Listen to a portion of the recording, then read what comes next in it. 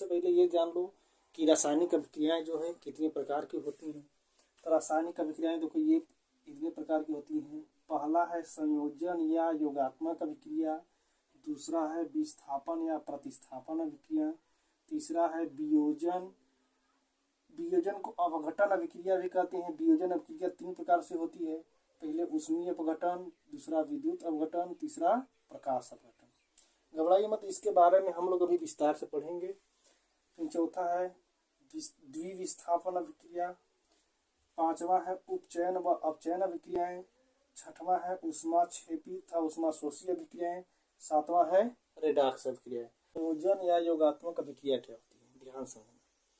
संयोजन या योगात्मक अभिक्रिया वो अभिक्रियाएं जिनमें 2 या 2 से अधिक अभिकारक या पदार्थ आपस में मिल करके एक नए एकल पदार्थ का केवल निर्माण करते हैं। यानी सपोज दैट से मान लो जैसे एकल, जैसे मान लो ये क्या हो गया हमारे पापा, मम्मी, भाई, ठीक, प्लस बहन मान लो, ये सब मिल करके क्या बनाते हैं, एक परिवार बना देते हैं। क्या बनाते हैं, एक परिवार। यानी देखो कितने लोग हैं, 1 2 3 4, यानी 4 लोग मिल गए, यानी 2 से अधिक लोग हैं। 2 से अधिक लोग मिल करके क्या बनाए, एकल, यानी एक परिवार का निर्माण हो गया। इसी तरह मान लो अगर किसी परिवार में 1 2 3 लोग हैं, ये लोग भी मिलकर क्या बना दिए, एकल परिवार। यानी देखो केवल एक परिवार का निर्माण हो रहा है। यानी पदार्थ हमारा सपोज मान लो 1 2 3 पदार्थ है, तब वो एक का पदार्थ का निर्माण हो रहा है। 1 2 3 4 है, तब वो एक का पदार्थ का निर्माण हो रहा है। अब हम लोग जो है क्या समझेंगे, इसके बारे में जो है एग्जाम्पल्स के माध्यम से समझेंगे। जैसे मान लो एग्जाम्पल के तौर पर हमने पहला एग्जाम्पल मान लो ले लिया, जैसे कि हाइड्रोजन को प्लस ऑक्सीजन की उपस्थिति में जब अभिक्रिया कराएंगे तो देखो H2O जल का निर्माण होता है। यही देखो 1 2 पदार्थ मिल गए, लेकिन यहाँ खाली एक का पदार्थ का यानी एकल उत्पाद का निर्माण हुआ। किसका हुआ भाई, एकल उत्पाद का निर्माण हुआ। ठीक, इस साइड वाले को हम लोग क्या बोलते हैं, अभिकारक। क्या बोलते हैं, अभिकारक। क्लियर। यानी अब देखो जल का निर्माण हो गया। ये किसका निर्माण हो गया, हमारा जल का निर्माण, जल का निर्माण हो गया। ठीक, अब इसके बाद देखो यहाँ पे 2 हाइड्रोजन और यहाँ पे 2 हाइड्रोजन का गुणा कर देंगे तो हमारा संतुलित अभिक्रिया हो गया। यानी देखो 2। इसी तरह अगर मान लो हम कोयले की दहन करते हैं, यानी कार्बन प्लस ऑक्सीजन की होता है, जब इसकी दहन कराते हैं तो ये देखो कार्बन डाइऑक्साइड यानी एकल पदार्थ बन गया। केवल क्या बन गया, एक पदार्थ। 1 2 पदार्थ मिल करके एक पदार्थ का निर्माण कर रहे हैं। यानी जब 2 या 2 से अधिक अभिकारक आपस में मिल करके एकल उत्पाद का निर्माण करते हैं तो उसे हम लोग संयोजन या योगात्मक अभिक्रिया कहते हैं। अब इसी तरह मान लो जैसे अगला एग्जांपल सपोज दैट मान लो हम लोग क्या ले रहे हैं, अगला एग्जांपल मान लो हमने ले लिया कार्बन मोनोऑक्साइड की अभिक्रिया क्लोरीन गैस के साथ कराएंगे तो हमको प्राप्त होगा कार्बोनिल क्लोराइड। इसको हम लोग क्या कहते हैं भाई, कार्बोनिल क्लोराइड। यानी देखो इसमें भी 2 पदार्थ मिलकर के एक का पदार्थ का निर्माण किया, तो इसी को हम लोग क्या कहते हैं, संयोजन या योगात्मक अभिक्रिया। जैसे सपोज दैट मान लो 2 + 3 बराबर जोड़ देंगे तो 5, यानी एक 5 का निर्माण हुआ। अगर मान लो सपोज दैट 2 4 3, योगात्मक योग का मतलब जोड़ना होता है। अब जोड़ दिया हमने 4 से 2 4 3, इस सबको जोड़ देंगे तो हमारा हो गया 9, यानी एकल उत्पाद का निर्माण हो गया। इसी तरह मतलब 2 या 2 से अधिक पदार्थ जब आपस में मिलते हैं तो एकल उत्पाद का निर्माण होता है, उसे हम लोग क्या बोलते हैं, संयोजन अभिक्रिया। ठीक, अब आगे हम वियोजन या अपघटन अभिक्रिया क्या होती है, संयोजन अभिक्रिया की ठीक उल्टा होती है। जैसे संयोजन अभिक्रिया में मिलते हैं, मिल करके नया जो है कि पदार्थ का निर्माण होता है, लेकिन वियोजन अभिक्रिया में एकल पदार्थ से टूट करके कई पदार्थों का निर्माण होता है। यानी एकल पदार्थ से टूट करके कई पदार्थों का निर्माण होता है। ठीक, ये क्या होता है, संयोजन अभिक्रिया की उल्टा होती है। जैसे एकल पदार्थ के रूप में हमने क्या ले लिया, जैसे ये हमारा एकल पदार्थ है, इस एकल पदार्थ से मान लो टूट करके दो पदार्थ बन गए। फिर अगर मान लो हमने कोई एकल पदार्थ ले लिया, इस पदार्थ से जो है कि टूट करके कितने भाग कौन से बन गए, देखो दो या दो से अधिक बन रहे हैं कि नहीं बन रहे हैं ना, बहुत बन सकता है। यानी एकल पदार्थ बी प्लस, देखो यानी ये पदार्थ, यानी कई पदार्थों का निर्माण हो जाता है। क्लियर। और जो वियोजन अभिक्रिया कितने प्रकार की होती है, 3 प्रकार से होती है। पहला हमारा है, क्या हो जाएगा, पहला हमारा ऊष्मीय अपघटन, दूसरा हमारा होता है विद्युत अपघटन, और तीसरा हमारा होता है प्रकाश अपघटन।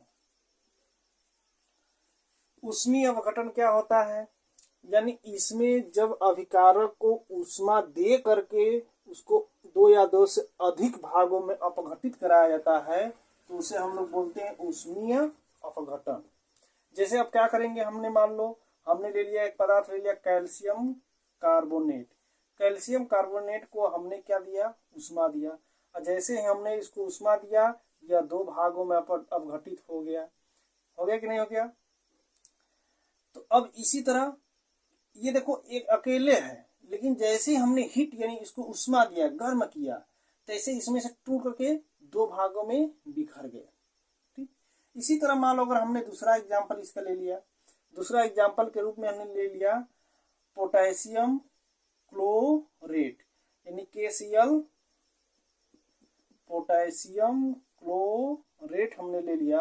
अब पोटेशियम क्लोरेट को जैसे हमने हीट यानी ऊष्मा दिया, तो इससे जो है कि हमारा KCl प्लस O2 यानी पोटेशियम क्लोराइड और ऑक्सीजन प्राप्त हुआ। अब इसको संतुलित करने के लिए हम क्या करेंगे, 3 का मल्टीप्लाई इसमें, 2 का इसमें, और उसके बाद 2 का इसमें, यानी पोटेशियम क्लोरेट को जब हीट करते हैं, ऊष्मा देते हैं, तो देखो ये 2 भागों में अपघटित हो गया। यानी वे अभिकारक जिसको ऊष्मा द्वारा 2 या 2 से अधिक भागों में अपघटित किया जाता है, उसे ऊष्मीय अपघटन कहते हैं। अब उसके बाद हम आते हैं विद्युत अपघटन में। विद्युत अपघटन किसे कहते हैं, यानी जब अभिकारक को विद्युत धारा प्रवाहित करके 2 या 2 से अधिक भागों में अपघटित किया जाता है, उसे हम लोग विद्युत अपघटन कहते हैं।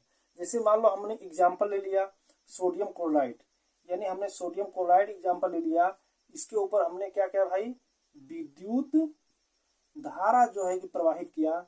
जैसे ही हमने विद्युत धारा प्रवाहित किया, यह जो है कि 2 भागों में अपघटित हो गया, यानी सोडियम और क्लोरीन में, तो यानी सोडियम क्लोराइड जो है कि क्या हो गया, 2 भागों में अपघटित हो गया।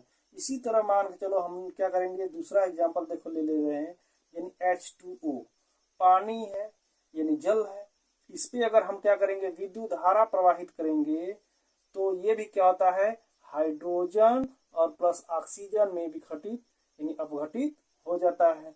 क्लियर। अब इसी तरह प्रकाश अपघटन किसे कहते हैं, प्रकाश अपघटन यानी वे अभिक्रियाएं जिनमें अभिकारक को सूर्य के प्रकाश द्वारा 2 या 2 से अधिक भागों में अपघटित किया जाता है, उसे हम लोग प्रकाश अपघटन कहते हैं। प्रकाश अपघटन कहते हैं। प्रकाश अपघटन में क्या करेंगे, हम लेंगे सिल्वर क्लोराइड, यानी सिल्वर क्लोराइड का जो है सूर्य की प्रकाश, यानी किसका प्रकाश रहेगा भाई, सूर्य की प्रकाश की उपस्थिति में इसकी अभिक्रिया जब हम कराएंगे, तो यह 2 भागों में सिल्वर और क्लोरीन में जो है कि विभाजित हो जाता है। अब जो है कि इसका देखिए हम लोग अब विस्थापन या प्रतिस्थापन अभिक्रिया के बारे में पढ़ेंगे। विस्थापन या प्रतिस्थापन अभिक्रिया क्या होती है? वे रासायनिक अभिक्रियाएं जिनमें अधिक क्रियाशील तत्व कम क्रियाशील तत्व को उसके यौगिक से विस्थापित कर देता है, उसे विस्थापन या प्रतिस्थापन अभिक्रिया कहते हैं।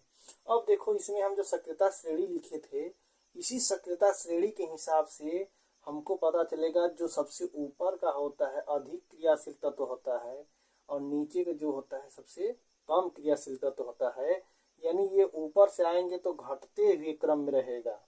क्या होगा? सबसे अधिक क्रियाशील ये, फिर उसके बाद ये, फिर ये, फिर ये, फिर ये, फिर ये। ठीक, तो इसी सक्रियता श्रेणी के अनुसार जो है हम लोग विस्थापन या प्रतिस्थापन अभिक्रिया को क्या करेंगे? समझेंगे। ठीक, विस्थापन या प्रतिस्थापन अभिक्रिया, जैसे मान लो हमने कोई एग्जाम्पल ले लिया, इसका एक एग्जाम्पल जैसे हमने ले लिया, जैसे जिंक प्लस कॉपर सल्फेट हमने ले लिया। अब देखो जिंक, ये जिंक देखो कहाँ पे है? यहाँ पे है ना। और ये कॉपर क्या हो गया? कॉपर ठीक इसके नीचे है, यानी इसके नीचे है कि नहीं है, यानी ये अधिक क्रियाशील हो गया, यानी बरियार हो गया। नीचे है तो कम, जो है कम क्रियाशील है, यानी कमजोर हो गया। तो जब जिंक बरियार है, तो जब जिंक बरियार है तो ये कॉपर को हटा देगा। भाई जानते हो जो बरियार होते हैं सभी कमजोर को सताते हैं, तो इसीलिए जब जबरदस्त है तो इसको हटा देगा और उसके जगह क्या करेगा? अपने बैठ जाएगा। तो ये क्या, वैसे अब देखो यहाँ पे जो है कि कॉपर जो है कि अलग हो जाएगा, और कॉपर के जगह क्या बैठ जाएगा? जिंक, और ये बना देगा जिंक सल्फेट। अब जो है दूसरा एग्जाम्पल हम जो है लेंगे आयरन प्लस, मान लो हमने कॉपर सल्फेट ले लिया। फिर देखो अब इसे मिलाओ, देखो आयरन हमारा यहाँ है और कॉपर हमारा क्या है? यहाँ है। फिर देखो ये आयरन भी बरियार है कॉपर से, तो कहेंगे इसको हटा देगा जबरदस्ती। अब हटा कर क्या करेगा भाई? देखो कॉपर को अलग कर देगा और ये आयरन इसके साथ क्या करेगा? मिल जाएगा, ठीक, सल्फेट के साथ। अब द्विविस्थापन अभिक्रियाएं क्या होती है? द्विविस्थापन अभिक्रियाएं वे रासायनिक अभिक्रियाएं जिनमें उत्पादों का निर्माण दो यौगिकों के बीच आयनों के आदान प्रदान से होता है, उसे द्विविस्थापन अभिक्रियाएं कहते हैं। यानी इसमें देखो क्या होगा, जैसे मान लो हमने ले लिया N2 सोडियम सल्फेट, यानी हमने क्या ले लिया भाई? सोडियम सल्फेट प्लस, अब क्या करेंगे हम? एक ले लेंगे बेरियम क्लोराइड, बेरियम क्लोराइड। अब इसमें कुछ नहीं है, बस क्या होगा कि ये जो बेरियम है ये यहाँ चलाया जाएगा इसके साथ, और जो सोडियम है ये क्लोरीन के साथ मिल जाएगा। तो देखो अब ये बेरियम सल्फेट के साथ मिल जाएगा, अपना जगह मतलब जगह की अपने अदला बदली, यानी इसके साथ ही बैठ जाएगा, इसको इसके जगह वो बैठ जाएगा।